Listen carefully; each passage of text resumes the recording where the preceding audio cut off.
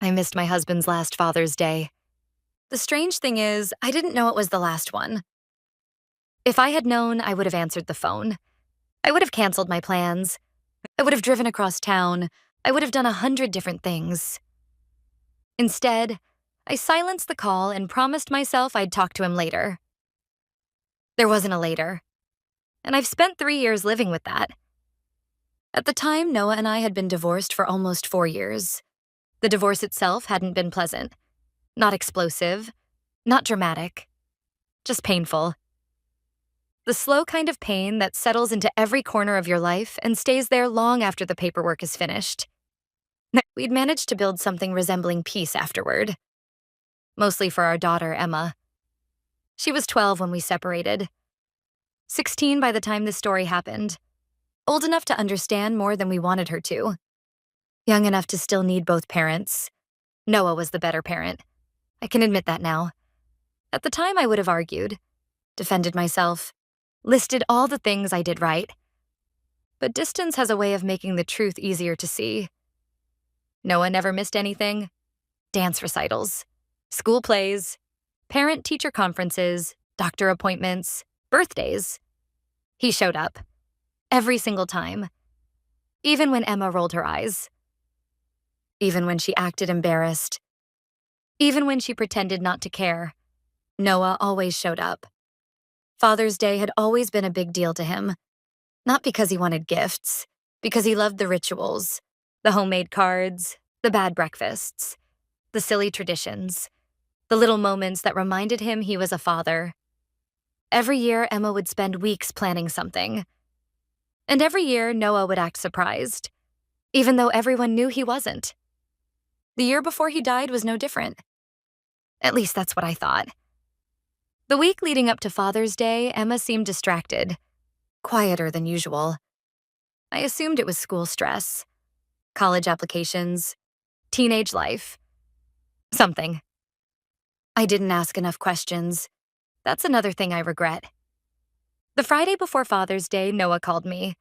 I was heading into a dinner reservation. Friends were waiting. I saw his name appear on my phone. I considered answering. Then I remembered I could always call back later. So I sent him to voicemail. The message he left was short. Hey, give me a call when you get a chance. Nothing urgent. Nothing urgent. 3 words that have haunted me ever since. I never called. Not that night. Not the next day. Life got busy. Plans happened. Hours became days. And eventually, I forgot.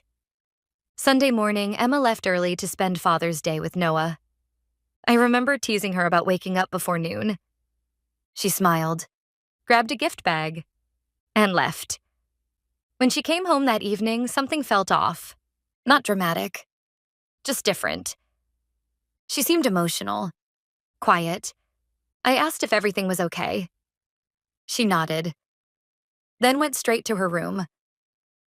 I let it go. Another mistake. Looking back, I realized the signs were everywhere. The problem was that I wasn't looking. 3 weeks later, Noah collapsed while hiking. A massive heart attack. The doctors told us he probably never felt a thing. People say that's comforting. It isn't. Not really. Nothing about losing someone unexpectedly feels comforting. The funeral happened 6 days later. Hundreds of people attended. Friends, coworkers, neighbors, family. People whose lives Noah had touched in ways I never fully appreciated until that week. Everyone had a story. Everyone had a memory. Everyone seemed to have a version of Noah I hadn't known. During the reception afterward, Emma disappeared for a while. I eventually found her sitting alone in one of the church classrooms, holding something, a card. She looked up when I entered, then immediately started crying. The kind of crying that comes from somewhere deep, somewhere you've been holding shut for too long. I sat beside her. Neither of us spoke for a while. Eventually, she handed me the card. The front said, "Happy Father's Day." I frowned, then opened it. Inside was Noah's handwriting. My stomach dropped immediately. Because this wasn't a card Emma had given him. It was a card he had written for her. The message was simple, short, exactly the kind of thing Noah would write. Emma, if you're reading this, it means I finally convinced you to open the envelope. I know you'll say I'm being dramatic. You're probably right. But just in case life surprises us, there are a few things I want you to know. I love being your dad. More than anything else I've ever done. More than any job. More than any accomplishment. More than anything. You made my life bigger, brighter, funnier, and better. Thank you. Love you, Dad. By the time I finished reading, my hands were shaking. I looked at Emma. What is this? She wiped her eyes, then told me everything. The Father's Day visit, the long conversation, the envelope, the strange instructions. Apparently, Noah had given her several sealed letters that day. One for college, one for her wedding, one for her future children, and one she was only supposed to open if something happened to him. At the time, Emma thought he was being ridiculous. So had Noah. They'd laughed about it, made jokes, then spent the rest of the day together, eating lunch, watching movies, talking. Just talking. The way fathers and daughters do when they don't realize they're making final memories. Then Emma said something that made my chest tighten. He kept asking if you'd called him back. I stared at her. What? She nodded. He asked twice. The room suddenly felt smaller, harder to breathe in. He wanted to tell you something. I swallowed. What? Emma looked away. I don't know. That answer hurt more than if she'd known. Because uncertainty leaves room for imagination. And imagination can be cruel. For months afterward, I replayed that voicemail. Over and over. Nothing urgent. Nothing urgent. Nothing urgent. I became obsessed with figuring out what he wanted. Maybe it was important. Maybe it wasn't. Maybe it was something profound. Maybe it was something completely ordinary. The truth is, I'll never know. And that's the part that's hardest to accept.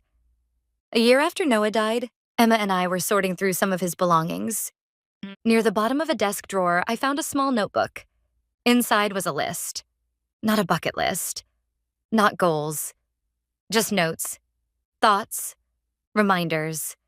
Little things he wanted to remember. One entry was dated 2 days before Father's Day. I almost skipped it. Then I started reading. The note was only one sentence.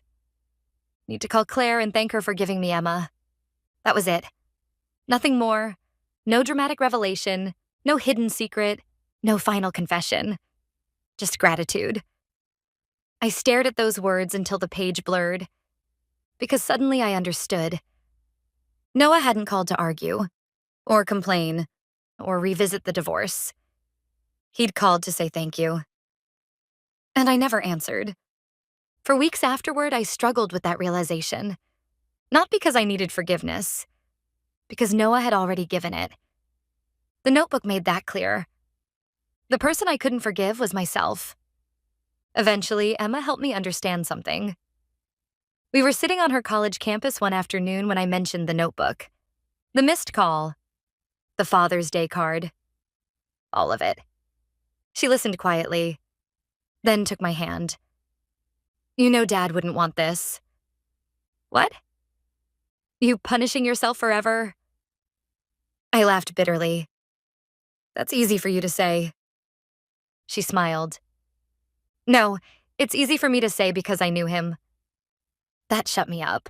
Then she added, the whole reason he wrote those letters was because he didn't want people carrying things around after he was gone.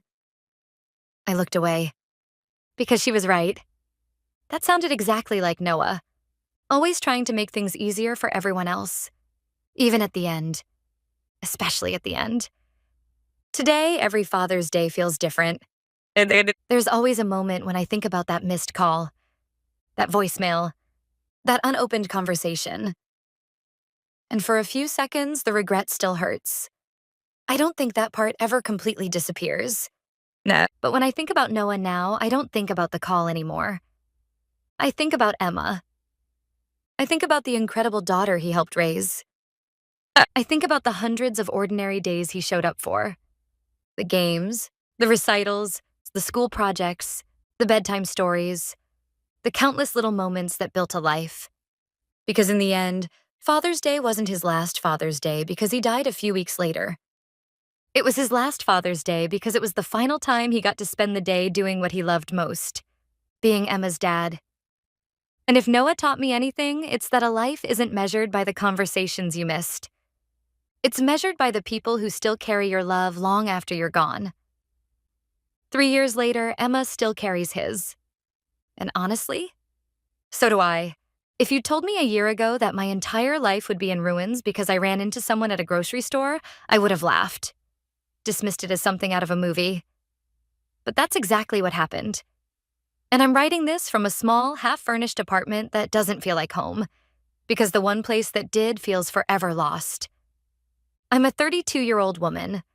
My husband, ex-husband now, I guess. Mark was the kind of man most women dream about but think they'll never find. Solid, grounded, good.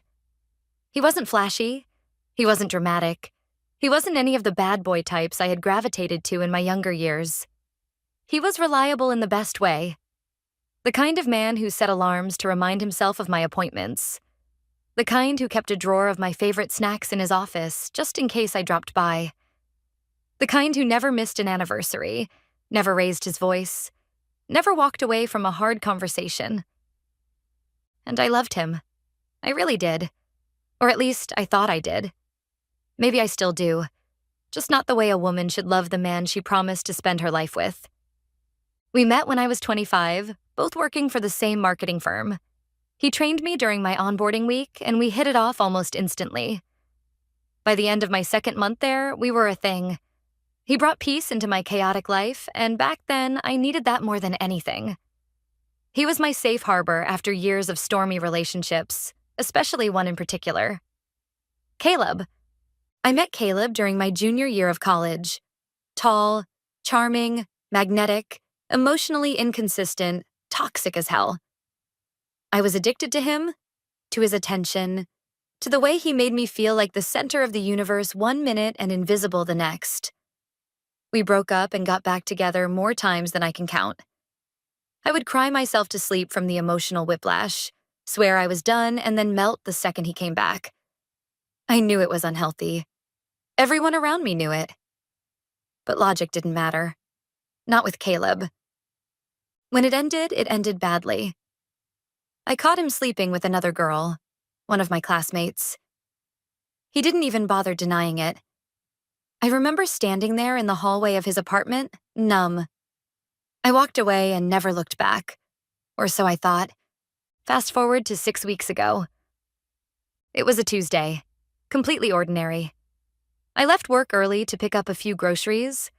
I remember being irritated because the store had rearranged everything and I couldn't find the almond milk.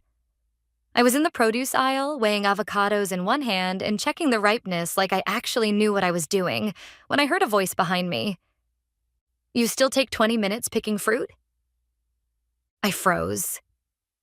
That voice, playful, confident, familiar in a way that made something low in my stomach twist, was unmistakable. I turned around slowly, and there he was. Caleb. He looked older, obviously. A little broader. Beard now. Dressed in a tight black tee and jeans. Still that same smirk, the one that used to make my heart race and my judgment disappear. His hair was a bit shorter, his jawline more pronounced, but it was him. Undeniably. I felt this strange rush of warmth and anxiety flood my body all at once. "Caleb?" I said, almost dumbly. "In the flesh," he replied. "Wow. You look amazing." I thanked him. He asked what I was doing in that part of town, and I explained we had moved nearby a couple of years back. I mentioned I was married. He nodded, glanced at my ring, then met my eyes again with that same playful spark. "Lucky guy," he said, and I should have taken that as my cue to leave. Instead, I laughed. We kept talking. He said he lived a few blocks away, worked in real estate now, owned a couple of rental properties. Doing all right? He said with a wink. I told him I worked remotely now, still in marketing. We stood there like that for maybe 10 minutes, catching up, reminiscing. When he asked if I was on Instagram, I hesitated. I told him I didn't really use it anymore. He raised an eyebrow. Old-fashioned, huh? Well, give me your number then, for coffee, just to catch up properly. I don't know what part of me decided to say yes. I can't even claim I was caught off guard. It was like something deep inside me, something buried but never fully gone, woke up. I gave him my number. Then I went home, kissed my husband on the cheek, made chicken Alfredo, and pretended like nothing had happened. We texted that night. It started harmlessly enough. Old memories, inside jokes, laughing at our younger, dumber selves. But Caleb had this way of pushing boundaries so smoothly you didn't even notice you were crossing them. I bet you still do that cute little lip bite thing when you're nervous, one message said. Or, I remember the way you used to curl into me after we fought. God, we were a mess. But it was kind of beautiful, wasn't it? I should have stopped. I knew I was playing with fire. But there was something intoxicating about it. Like slipping on an old leather jacket that doesn't fit right anymore but still makes you feel sexy. A week later, we met for coffee. He looked even better in person. Confident, flirtatious, bold in that way I used to find irresistible. We laughed for over an hour. He touched my hand when he told a joke. When we hugged goodbye, his hand lingered just a second too long on my lower back. I walked away feeling dizzy and electrified. That night, Mark and I watched a movie together. I cuddled into his chest and tried to feel guilty, but all I could think about was how boring it felt compared to how alive I had felt earlier. Within 2 weeks, Caleb and I had kissed. Within 3, we were sleeping together. Hotels, mostly. One time in his loft. Once, God, I hate admitting this, in my car during my lunch break. I lied to Mark constantly. Said I was running errands or meeting friends or stuck late on a Zoom call.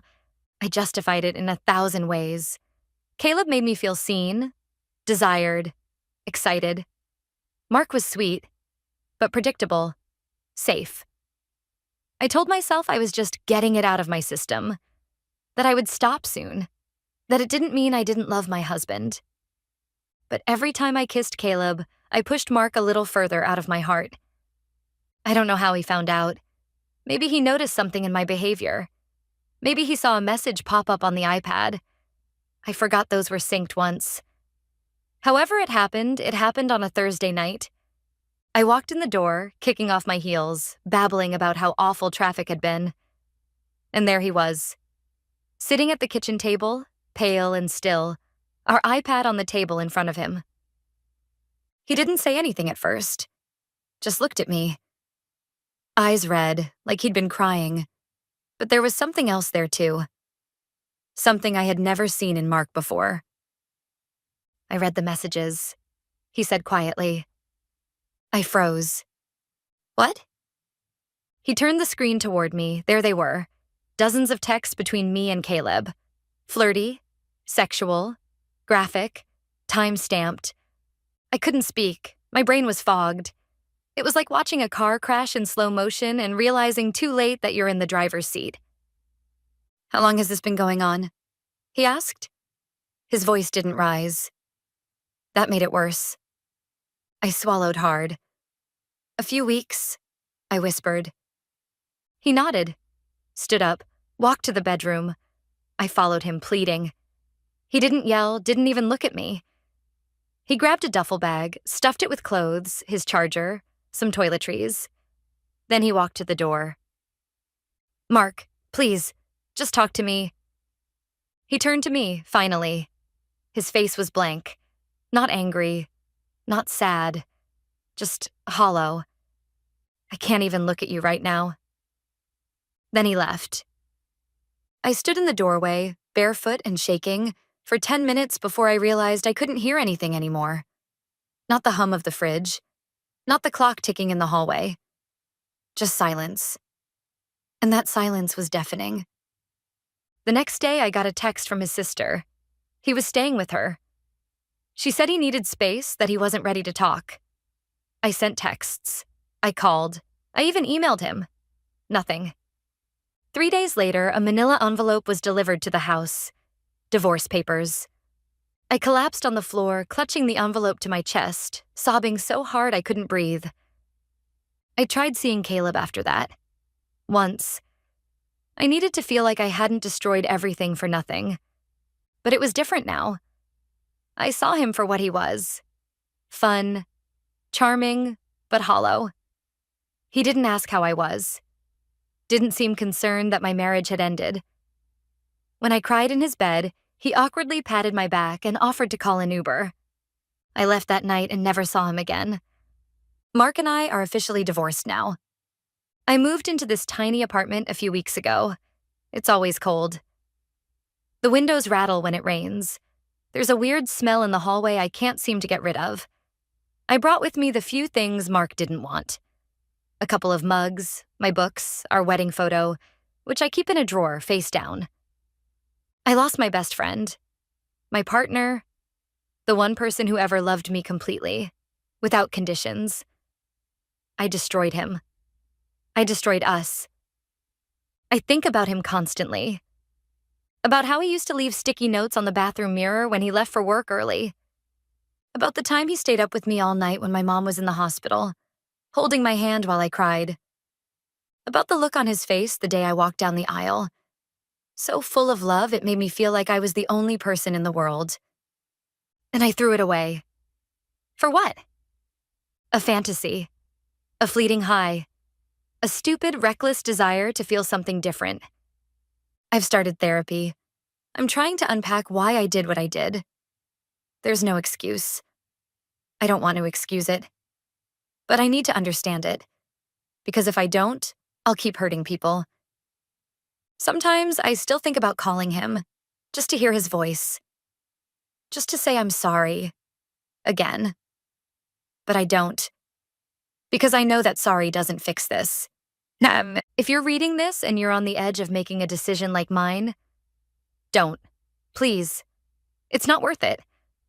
That thrill, that excitement, that fire you think you miss, it burns everything in its path. And when the flames die out, all you're left with is ash and regret. I lost the love of my life. And the worst part is, I can't even say I didn't see it coming. Because I did. I just didn't stop.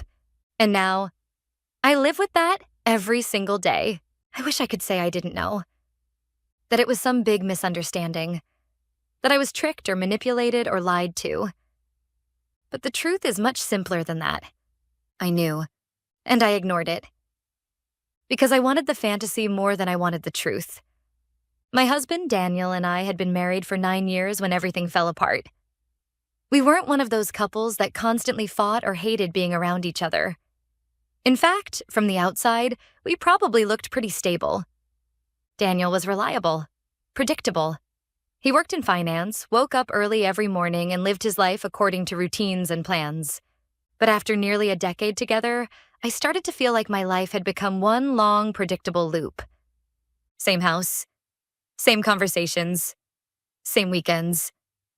Nothing felt exciting anymore. And then I met Ryan. Ryan worked for a consulting firm that had started collaborating with my company. He was confident in a way that Daniel never was, the type of guy who made people laugh easily and seemed completely comfortable anywhere he went.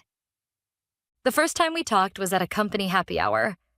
I remember exactly what he said to me. "You look like the only interesting person in this room." It was such a stupid line. But it worked. Because in that moment, after years of feeling invisible, someone was suddenly looking directly at me. Really looking. At first it was harmless. Or at least that's what I told myself. We started messaging occasionally about work projects, then about random things, then about everything else. The conversations got longer, more personal, more flirtatious, and eventually Ryan told me something that should have been a massive red flag. He said he was married. He said it casually, like it wasn't a big deal. They're basically roommates at this point. He told me one night while we were texting, they're only together because of the house and the kids. I had heard that line before. Everyone has. But when you want something badly enough, you start believing the things that make it easier to justify. So I convinced myself it was complicated, that his marriage was already over emotionally, that I wasn't really doing anything wrong. And that lie became the foundation for everything that followed. The first time we met outside of work, it was for coffee. Then dinner, then drinks. Within a month, the line between flirting and cheating had completely disappeared. Ryan was exciting in a way my life hadn't been in years. He sent long messages late at night. He told me how beautiful I was, how different I was from his wife. He made promises, big promises. I'm going to leave eventually, he told me. We're already drifting apart. I believed him. Or maybe I just wanted to. My marriage started deteriorating quickly after that. Daniel noticed the distance almost immediately. He asked if everything was okay, if I was stressed at work, if something was bothering me. And instead of telling him the truth, I became defensive. Cold. I started staying late at the office more often, going out with coworkers, guarding my phone like it contained state secrets. Looking back, I wasn't even trying very hard to hide it, because part of me had already emotionally left the marriage. After 6 months of the affair, Daniel confronted me. I still remember the night clearly. He stood in the kitchen holding my phone. I saw the messages, he said quietly. My entire world stopped for a second. But instead of apologizing, instead of trying to fix things, I doubled down. I told him the truth, but not in the way he deserved. I'm in love with someone else. Those words shattered him. I could see it in his face. But by that point, I had already convinced myself that leaving was the right choice. Ryan had promised me a future, a better life, something exciting. So I filed for divorce. Daniel didn't fight it. He didn't yell. He didn't beg me to stay. He just signed the papers. The divorce was finalized 4 months later. And that's when everything started to unravel. Because once I was free, Ryan suddenly wasn't. At first, he had excuses. Things are complicated right now. My wife is going through a lot. The kids need stability. Every week, there was a new reason why he couldn't leave yet. Months passed. Then almost a year. Ryan kept telling me the same things. Soon. Just a little longer. But his life never actually changed. He still went home to his wife every night. Still took family vacations. Still posted pictures online of their perfect life. Eventually, I started asking harder questions. And that's when the truth finally came out. Ryan had never planned to leave his wife. Not for a second. I wasn't a future. I was an escape. Someone exciting he could talk to when his real life felt boring. Just like he had been for me. The difference was that he had never risked anything real. I had. I lost my marriage, my home, my stability. And the person I left everything for simply returned to the life he already had. We stopped talking after that. There wasn't even a big dramatic ending, just silence. About a year later, I ran into Daniel by accident at a grocery store. He looked different, happier, more relaxed. We talked for a few minutes. He told me he had started dating someone new, a woman he met through friends. Someone who, according to him, actually wanted to be there. I congratulated him. Then I went home to my quiet apartment, and for the first time since everything happened, I allowed myself to admit the truth. I hadn't left my marriage for love. I had left it for a fantasy. And by the time the fantasy disappeared, the life I had destroyed was already gone.